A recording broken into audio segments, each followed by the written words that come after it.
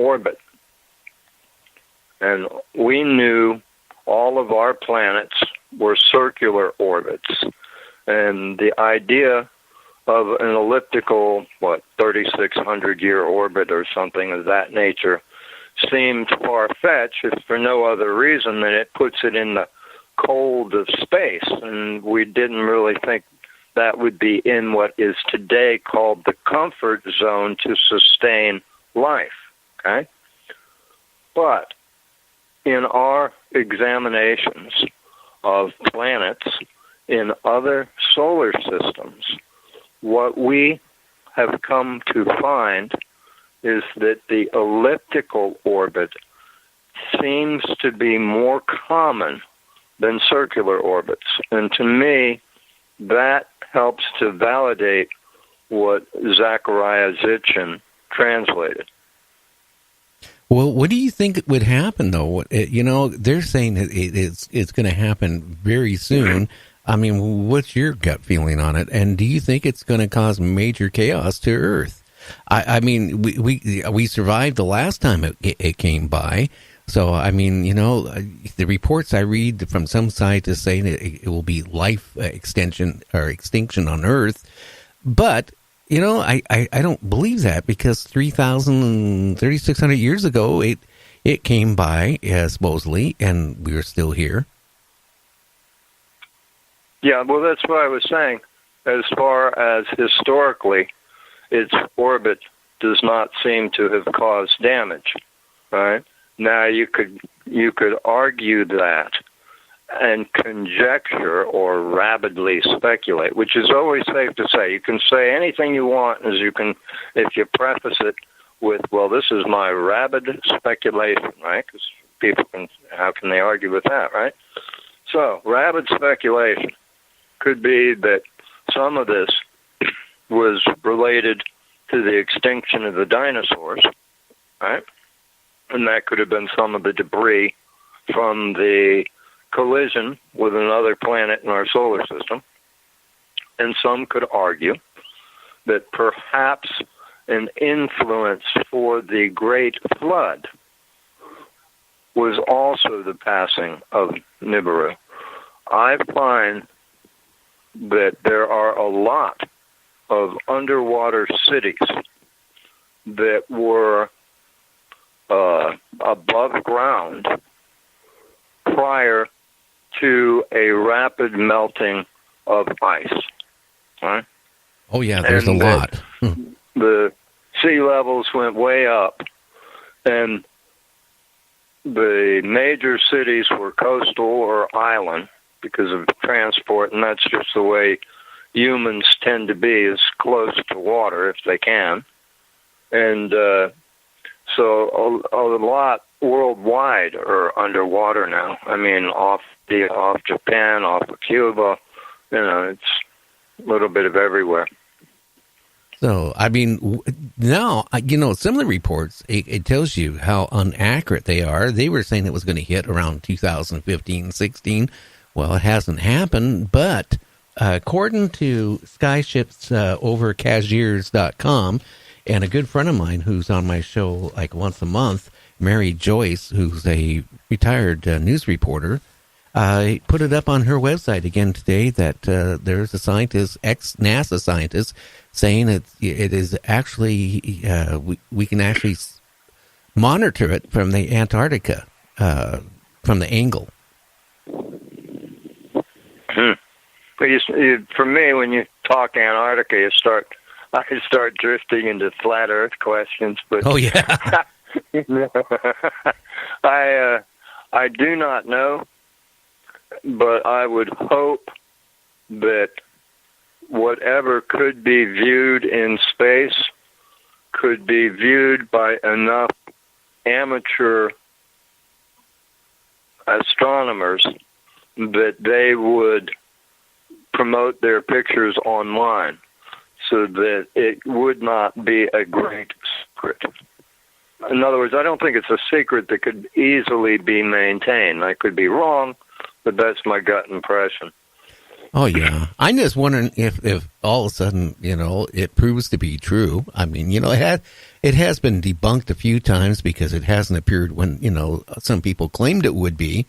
But I'm just wondering how us, the civilization, would take it if they, were told, hey, it could go a number of ways, all right?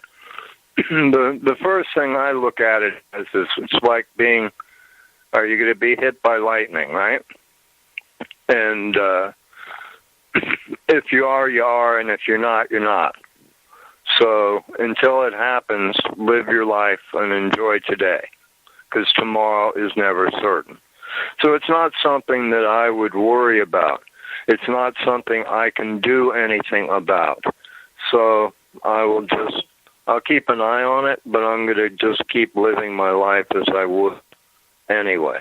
Well, if there's life on it that it might interact with us, that could cause a change that we would have to live with. So to me, that would be a more relevant issue than is it going to destroy us or not. If it's going to destroy us, that's the answer right there. There's no dodging it. There's no getting away from it. It's a done deal. If it's not going to destroy us, and if it does have intelligent life, and if that life is going to contact us or claim jurisdiction over us, you never know. I mean, they might argue about our genetics in the same way that Monsanto tries to claim crops based on its design of them. All right, it's like, who has jurisdiction, right? There's a lot of interesting issues which could arise. Oh, yeah. Well, one thing I want to tell listeners out there, if it does ever come out that Planet X is real, don't stop making house payments. Because I tell you, if you stop making your car payments and house payments saying, hey, why should I bother paying it? Well, wouldn't you feel like a fool if nothing happened at the end? I mean, you remember back years ago when, we hit the 2000, everybody thought that the computers had all crashed because they couldn't handle. Well, it didn't happen, so, no. Hey, you can always worry about the worst. You're right. You could go outside and get hit by lightning, or your wife could get mad at you because you didn't do the dishes and hit you over the head and kill you with a frying pan. That can happen too. Well, you might have some warning about that, but yeah. Like 40 years? One can hope. Yeah. Well, that's, the little things, that people have been asking about, on a regular basis. I've been getting flooded a lot for the last couple of weeks about Planet X, and Earth changes. The magnetic field is changing drastically. Well, if you want to talk about Earth changes briefly, all right, I got an article today online that I shared on my Facebook, which is that a 100-yard fissure has opened up in Yellowstone. Now, that could be possibly the most dramatic Earth change that we might have to face. Now, you live west of Yellowstone, so an eruption is not necessarily going to spew ash upon you quickly. You'll be like the last to be hit because it'll have to travel all the way around the planet to get to you. But as a supervolcano, that is a potentially civilization-ending event. Oh, yeah. I mean, a lot of people don't realize, like when Mount St. Helens, went, where I live, we got covered with ash. And then when you went closer to Mount St. Helens, I mean, they got inches of it. And then the rivers were all, like mucket with ash. Yeah, but Mount St. Helens is a normal volcano. Right. And Yellowstone is a super volcano. So there's a big difference. There's a difference in the two.